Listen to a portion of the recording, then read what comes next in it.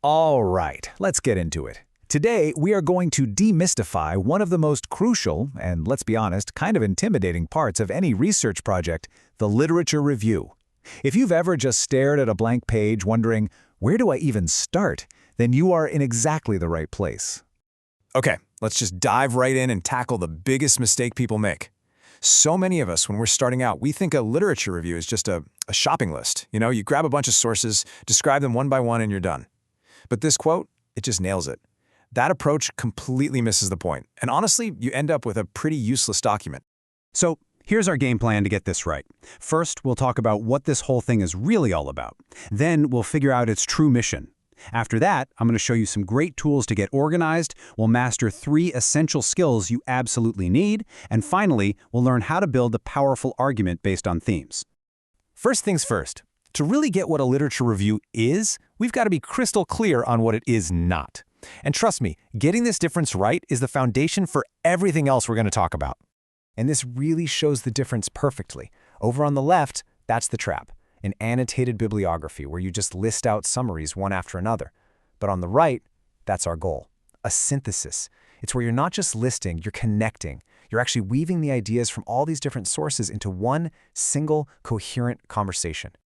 So, if it's not just a big summary, then what is the real point of all this work?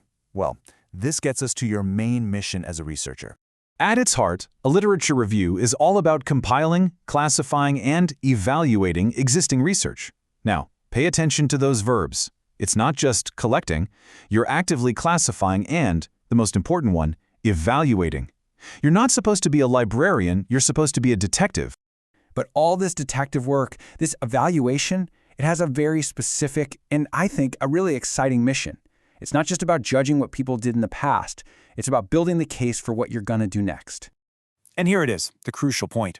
While a literature review does all of this stuff, putting work in context, showing how ideas relate, making sure you're not redoing old work, its ultimate purpose is to point the way forward. And how does it do that? By identifying what's missing. You are literally searching for the gaps in the existing research, the questions nobody's answered yet, so your own study can step right in and fill one. Okay, finding a research gap is like being a detective. And every good detective needs a plan, right? You can't just dive in and hope for the best. So let's look at 2 simple but super powerful tools to help you organize your whole investigation. First up is what's called the funnel approach. Just picture an upside-down triangle. You start really broad, just getting a feel for the major issues in your field. Then you start to narrow your focus to the stuff that overlaps with your specific interests. And finally, you really hone in on the studies that are directly, absolutely relevant to your exact research question. Second, and this is such a great hack, is to use a mind map.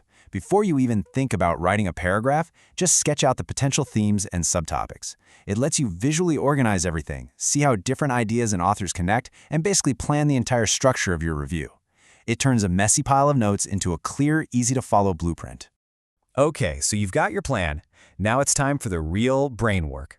Let's break down the 3 core skills you need to master to pull off a really great review. The first 2 skills are summarizing and synthesizing, and you have to know the difference. Summarizing is just recopying one source. You're asking, okay, what did Smith say? Simple. But synthesizing, that's where the magic happens. Here, you're finding the connections between multiple sources. You're asking, how do the ideas from Smith and Jones and Lee all relate to this one big theme? You're actually building something new. The third core skill is evaluating. As you're pulling all this information together, you also have to be critically assessing its worth. That means you're constantly asking questions. What are the strengths here? What are the weaknesses? How big of a deal is this study for the field? Is their method even solid? It's that critical eye that gives your review its power and authority.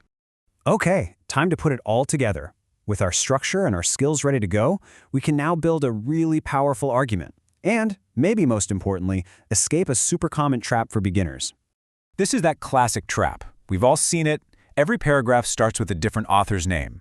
Smith said this, then Jones claims that. It's just a disconnected list. The solution?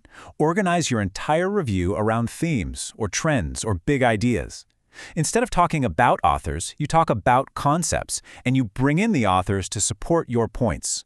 And this right here shows you exactly how it's done. Look at this example.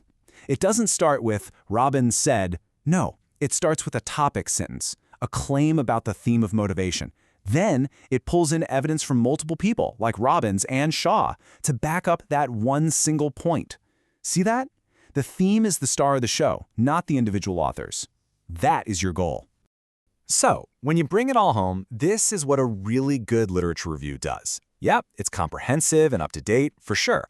But more importantly, it gives a truly insightful analysis.